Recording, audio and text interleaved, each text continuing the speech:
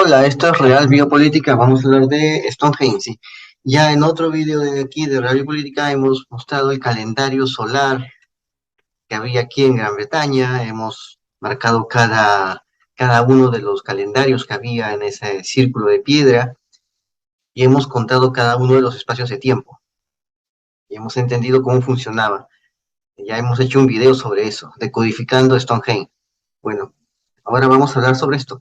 Dicen que han descubierto el verdadero propósito de Stonehenge, el propósito que tuvo miles de años antes de convertirse en ese calendario solar. O sea, ¿qué había antes de Stonehenge, antes de esos enormes dólmenes de piedra? ¿Qué existía? Bueno, existía esta explanada que estás viendo acá. Sí, había esta explanada. Al menos 4 milenios antes del Neolítico, el sitio de Stonehenge ya era utilizado por los seres humanos para cazar especies grandes. La función real del yacimiento de Stonehenge, la función ancestral, la función anterior a usarlo como calendario solar, antes de eso, este mítico espacio de formaciones neolíticas en el Reino Unido tenía otra función, funciones de caza, como era una explanada, desde ahí la gente podía hacer sus cacerías, divisar mejor a la presa. Bueno, por la posición de las piedras, los científicos determinaron que este había sido un calendario solar que daba la pauta de 365.25 días, es decir, una vuelta al Sol. Sin embargo, la investigación que hicieron no indagó sobre el posible funcionamiento de este sitio previo a la construcción del calendario astronómico. Y se dieron cuenta de que el sitio se ocupó como un coto de caza. Sí, un coto de caza uno de los primeros lugares de asentamiento de los cazadores-recolectores. Sucede que los investigadores cavaron una zanja en el lugar y analizaron el polen antiguo, esporas y ADN. Hicieron todo el análisis para ver qué cosa había ahí antes. Se puede saber, porque hay esporas, hay ADN, ¿no? Las esporas son esporas de hongos, esporas de bacterias, son esporas de flora, ¿no? También hay semillas, que son el polen, hay semillas, hay polen, está ahí en la Tierra, solo que no se ve, o sea, no se ve, se ve al microscopio, pero existe ahí, y esa es la forma como se puede datar, se puede documentar lo que existía en ese lugar hace mucho, mucho tiempo. Cavaron y sacaron esas muestras, el ADN también. Así también encontraron restos de animales encontrados dentro de esas muestras, con el fin de saber más sobre cómo estos antiguos habitantes administraron la tierra durante el Mesolítico, es decir, antes del Neolítico, entre el Paleolítico y el Neolítico, justamente entrando a la etapa neolítica, ¿no? ¿Cómo fue que lo administraron esa tierra? ¿Qué uso le dieron entre los años 5200 y 4700 antes de Cristo? Este Eugenio es un milenio posterior a eso. Bueno, sucede que antes de que fuera un calendario solar, Stonehenge se ubica en una planicie, en Salisbury, a unos 130 kilómetros al oeste de Londres. Por la orientación y diseño del espacio, se estima que fue construido durante varias generaciones a lo largo de 1600 años, durante el periodo prehistórico del Neolítico. Una forma temprana de Stonehenge se construyó hace unos 5000 años, mientras que el famoso círculo de piedra que aún se mantiene en pie se formó a fines del Neolítico, alrededor del año 2500 a.C. O sea, el círculo de piedra es de 2500, pero antes del círculo de piedra había otras estructuras que señalaban, como zanjas así, que señalaban también ese calendario. O sea, que eran los puntales, ¿no? Los segundos, los días, ¿no? Los meses también. Solamente que en el 2500 decidieron darle un mejor toque, decidieron remodelar su calendario y poner piedras, o sea, hacer algo mucho mejor que lo anterior, poner enormes piedras. Es decir, le dieron una, una decoración, ¿no? O sea, lo volvieron mucho más operativo ese calendario con piedras, que eran más difíciles de sacar y todo eso. O sea, con esas enormes piedras, y le dieron también le dieron más apoteosidad al colocar esas piedras en ese lugar específico en el cual el sol alumbraba en ese orificio, ¿no? De esa parte superior de la piedra, ¿no? El sol en un día determinado del año cae ahí. Entonces, ahí colocaron, cae en una zona del Tonheim, ¿no? Creo que es el 24 de junio, y allí se alumbra, se enciende ese pequeño orificio que hay entre las piedras. También hemos visto que eso se hacía antes, ¿no? En algunas tumbas de nuestro video que hemos sacado de los orígenes de la oligarquía, ¿no? También se hacía antes, ¿no? Entonces, te daban un efecto, ¿no? Pero un efecto ya más masivo. La gente iba y veía el efecto, ¿no? Era algo religioso, algo divino ver eso. Entonces, en los 1500 le dan ese toque para hacerlo más efusivo y que llame más gente, que la gente se convenza del culto, ¿no? Pero antes de eso no había esas piedras. Había marcadores, sí, pero no eran esas enormes piedras. Y antes de esos marcadores, pues el sitio era un coto de caza. Era un coto de caza. Bueno, la llanura de Salisbury es una meseta donde se encuentra Stonehenge y fue considerada un área sagrada por los pueblos antiguos y tiene evidencia de estructuras más antiguas que datan de hace 10.500 años. Acá puedes verlo, ¿no? Acá puedes ver lo que encontraron ahí en la Tierra. Bueno, entonces han encontrado pues estructuras más antiguas de 10.500 años. Es mucho más antiguo de lo que se creía. Así como pasó con otras sociedades de la época, una de las actividades principales que ocuparon a los pobladores por milenios fue la caza y la recolección. Por ello, esa meseta era el escenario para jornadas de cacería extensas, entre los años 10.000 al año 5.000 a.C. Otras fuentes documentales sostienen que previo a ser un espacio sin árboles, sobre la meseta crecía un bosque de dosel cerrado. Sin embargo, históricamente se ha generado un debate, ¿no? Ha habido una larga discusión sobre si la arqueología monumental de Stonehenge se creó en un paisaje boscoso deshabitado o si se construyó en un área ya parcialmente abierta de importancia persistente para los cazadores recolectores del Mesolítico. Fue el espacio ideal, ¿no?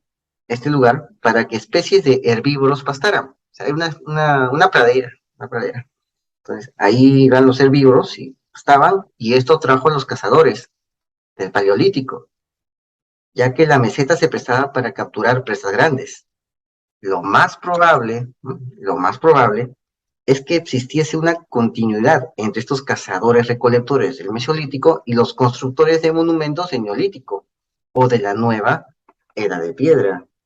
Una continuidad. Acá puedes ver esa meseta, ¿no? Ahí está la meseta, ahí está el río, creo que debe ser el río Abón, ¿no? Sí, es el río Abón. Ahí está el río, ¿no?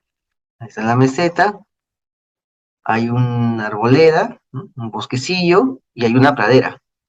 En esa pradera iban los animalitos a pastar, a comer. Y en esos lugares, pues la gente sigilosamente iba a cazar esos animalitos para comerlos. Ahí puedes ver el gráfico que han hecho. Acá está. Es el gráfico, ¿no? Ahí está el paleolítico, mesolítico, neolítico, la edad de bronce, la edad de hierro, ¿no?